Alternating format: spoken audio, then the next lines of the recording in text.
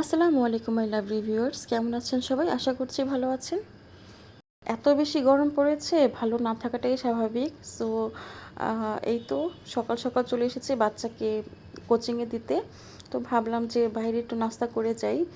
So যে ভাবা সেই কাজ, সব ফ্রেন্ডরা মিলে হাঁটতে হাঁটতে চলে আসলাম একটা হোটেলে।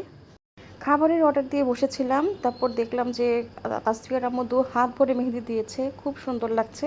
ভাবলাম একটু ভিডিও করে নেই। কিছুক্ষণ ওয়েট করার পর আমাদের সামনে নাস্তা চলে আসলো। আমরা বেশি কিছু অর্ডার করিনি, আমরা এখন ডাল আর পরোটা খাবো। সো ভাবলাম যে আপনাদের সাথে একটু শেয়ার করি। তো এখানে সবাই বসে পড়লাম, ভাবছি গল্প করব আর খাবো। গরম গরম পরোটার সাথে এরকম ডাল ভাজি খেতে কার কার ভালো লাগে অবশ্যই আমাকে কমেন্ট করে জানাবেন।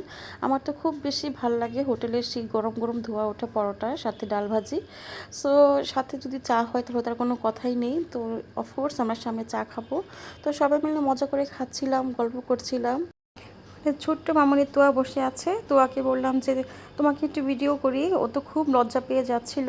তো তুমি বললাম যে তুমি খাও, তোমাকে আমি ভিডিও করছি। তো খাচ্ছিল। এখানে তনু, তাসফিয়ার আম্মু, সামিয়ার আম্মু, আলজানের আম্মুও ছিল। তো সবাই মিলে খুব মজা করে খাচ্ছিলাম। অনেক দিন পর এভাবে ফ্রেন্ডদের সাথে বাইরে খেতে এসেছি, তো খুবই ভালো লাগছিল। তো আমাদের সবারই চায়ের ক্রেভিং হচ্ছিল। তো আমরা দুধ চা অর্ডার করেছিলাম। তো আনফর্চুনেটলি উনি বলল দুধ চা বানাতে অনেক দেরি হবে। সো আমরা এখন রং চা আমাদের খেতে হবে।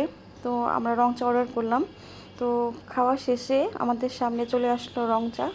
রং চাটা মশলা চা ছিল, খুবই ভালো লাগছিল। চা সামনে আসতেই আমাদের ফটোশ্যুট শুরু হয়ে গেল। সো একটু সাজাচ্ছিলাম কাপগুলোকে, আপনারা আবার কিছু মনে করবেন না। তো সবার কাছে ভিডিওটা কেমন লেগেছে অবশ্যই কমেন্ট করে জানাবেন। সবাইকে অসংখ্য ধন্যবাদ, ভালো থাকবেন। আসসালামু আলাইকুম।